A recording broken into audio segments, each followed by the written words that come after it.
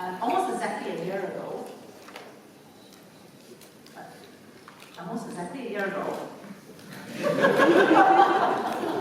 think my 15 minutes is going to be up very quickly. So almost exactly a year ago, Capitaland launched our Office of the Future initiative. And Office of the Future was really conceptualized to do two things. One, to future-proof our existing buildings, and two, to reimagine our new buildings that are coming up, which is 79 Robinson Road. For those of you based in Singapore, that's the old CPF building, as well as Cactus Spring, which is the old Golden True car park. Now, 79 Robinson Road will be completed in 2020, and Cactus Spring in 2021. Now, as developers, we are, very good at the supply side of things, right? And we build solid, efficient buildings in good locations with premium grade A specs. And for the longest time, as we build, the tenants will come. So, let me try and see this word now.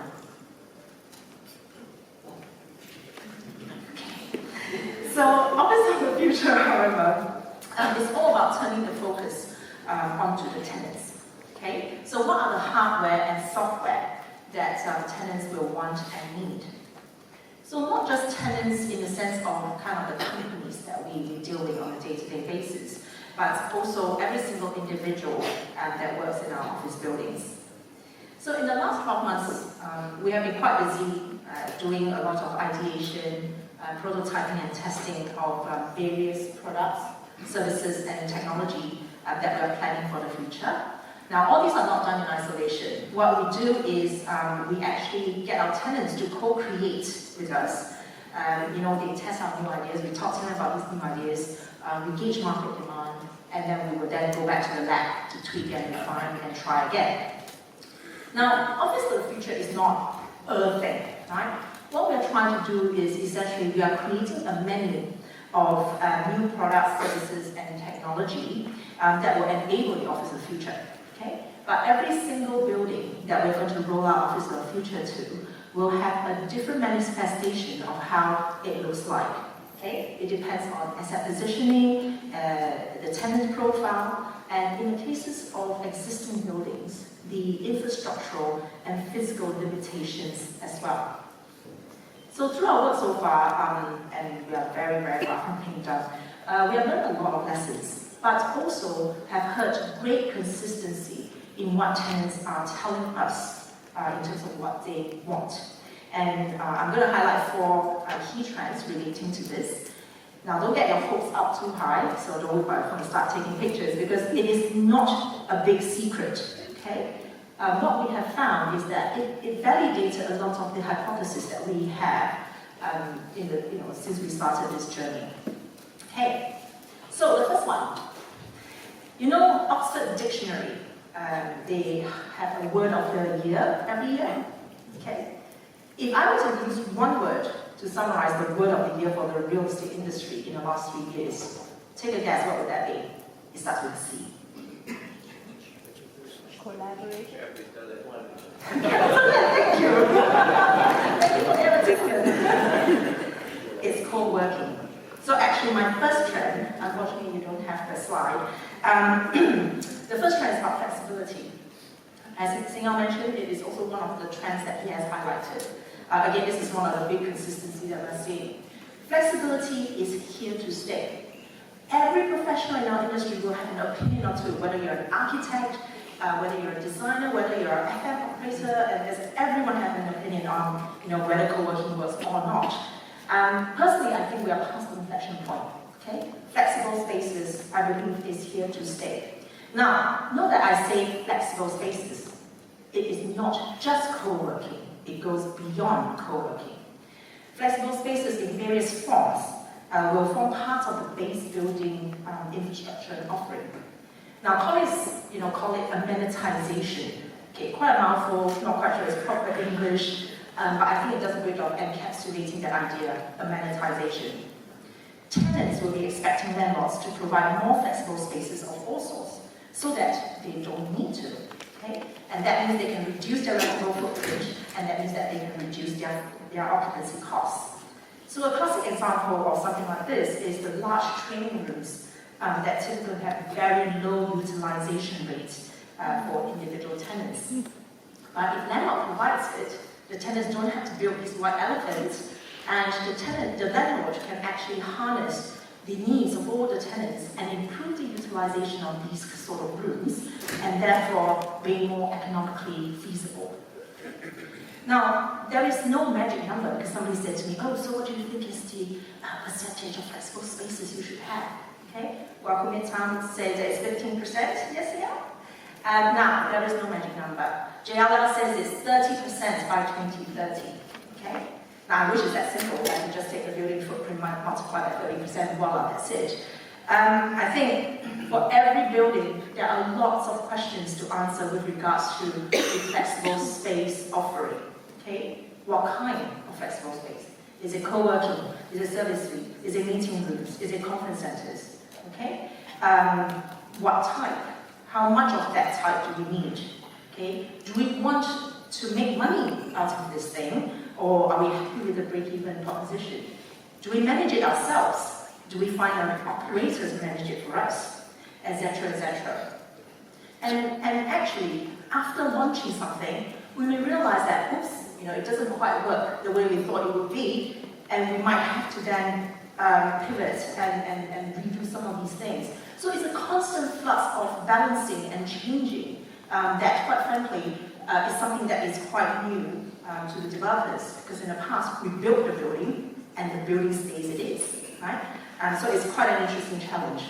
Now, so despite all that, I think the landlords will get aboard with this whole flexible spaces concept in one way or the other. More and more building will offer flexible spaces to tenants. It will become a point where flexible spaces will be a hygiene factor because the tenants will demand it. So the next trend is really around going beyond traditional property management.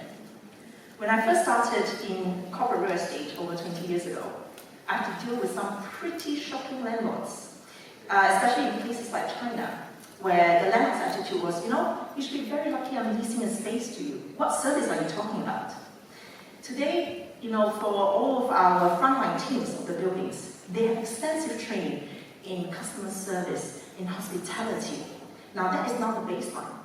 The question is, can we push this customer-centric mindset further down the value chain to include our security personnel, the cleaning teams, the technicians? Because every touch point that we have with the tenants, it is an opportunity to reinforce this whole service mindset and culture that we are trying to roll out in the buildings. Okay? It is not easy. Okay? It is definitely not easy. But 2 days ago, I was coming down from the car park lift in my building, and when the lift door opened, there was a cleaning lady there. She was, cleaning the corridor, probably some spillage or something. And when the lift door opened, she had this big smile on her face and said, "Good morning." Now, most people just continue looking at their phone and did not even acknowledge her, which is very sad. But, there are people who did. There are people who smiled. And, quite frankly, that was a very good start to my day that day. Okay? So it's encounters like that. We want to try to push that whole customer service, having that friendly environment, a feel-good vibe about the building, that we want to try and target in the office of the future ecosystem. Now, offices of the future, as Sylvia pointed out just now, is where people don't just come to work. They come to live, they come to play. They spend 12 hours in a tech company, probably spend 16 hours in an office, right? We want to cultivate a community that will look out for each other, that will help each other. We want to have the ability of these grassroots events and activities to take place. If there's one measure of the success of Office of the Future, I think this will be it. The third trend is technology. Okay? Having technology-enabled and data-informed buildings. It will be unthinkable for us to come up with an Office of the Future strategy without thinking of technology or digital. Huh? Okay? Oh, there we go. Thank you. Good.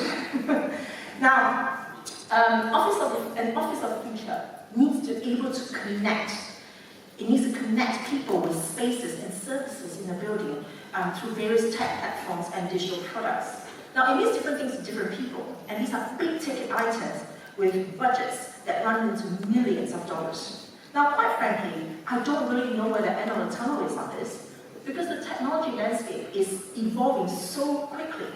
So out of curiosity, while preparing for this presentation, I searched on Google for this text string, digital, real estate, future of work. Do you know how many results I got back? 544 million. Okay? So I think that says a lot, isn't it? Now, I think tenants are not really saying to us, hey, I want you to tech-enable your building, whatever that means. Tenants are actually saying, guys, I just want it to work. I just want it to work seamlessly, effortlessly, efficiently, in the lowest cost possible. That's what we're hearing. But to realize these goals, we need the help of technology. Given the rapid pace of change, we also need to be realistic. Because an investment in technology may be millions and millions of dollars, but it may be obsolete in 3 years. It may fall out of favor in 3 years. We need to be able to recognize that and say to management, or for the management to say, yep, 3 years, let's move to the next thing, because whatever we have invested in is not going to last us for 20. Okay. Now, the problem is really exacerbated for new buildings, because we need to make decisions on the tech strategy today for a building that will come out in a few years' time. Right? So that in itself is a challenging proposition. Fundamentally, any tech initiatives, any tech ideas that can reduce the utility bills, do it right away. Any technology that has a positive environmental impact, do it as well. Any tech that enhances our tenants' journey through the building in their day, do it. But please, don't do technology for technology's sake. If you only have 100 parking lots in your building, you really do not need an indoor GPS-guided Find My Car functionality. Okay? Now, it is not true that technology needs to be all singing and dancing when it comes to future offices of the future. The extent of technology enablement will come down to seeking practical and effective solutions that will give us, the landlords, the biggest bang for our buck and the highest impact on our tenants. Because quite frankly, there is no budget big enough in this world for us to chase after every single shiny new toy that comes our way. Now, the second part of this is about data informed. You can have all the best technology in the world, but if you don't find a way to harness the data that these technologies are telling you, you are wasting a big opportunity.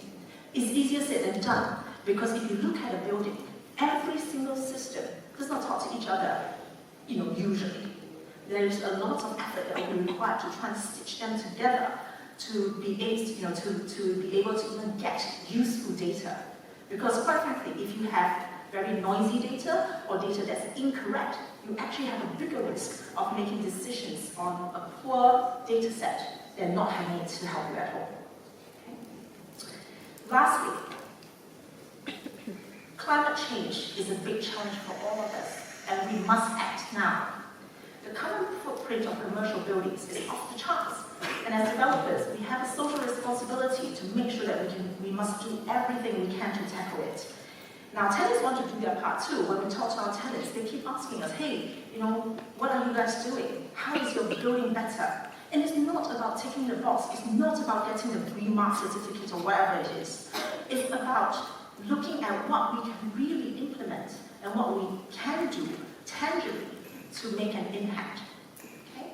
Now, of course, I think the utopia state will be to have a carbon negative building, not just a carbon neutral building. Okay? And no, I don't think by buying carbon credits that will count us. So we need to make concrete actions to reduce the footprint rather than simply just buying carbon credits. Buildings need to be designed better. Green ratios need to be increased. We need to source building materials locally if possible. Optimize the entire value chain to reduce wastage and leakage. Okay? We must spend more effort in making sure this happens. So that's really the 4 trends I have for you today. Now, Office of the Future as a concept in Capitaland is still evolving. We have a lot of work to do ahead of us. We don't know the answer to a lot of questions yet, but I think we are moving in the right direction one step at a time. Thank you.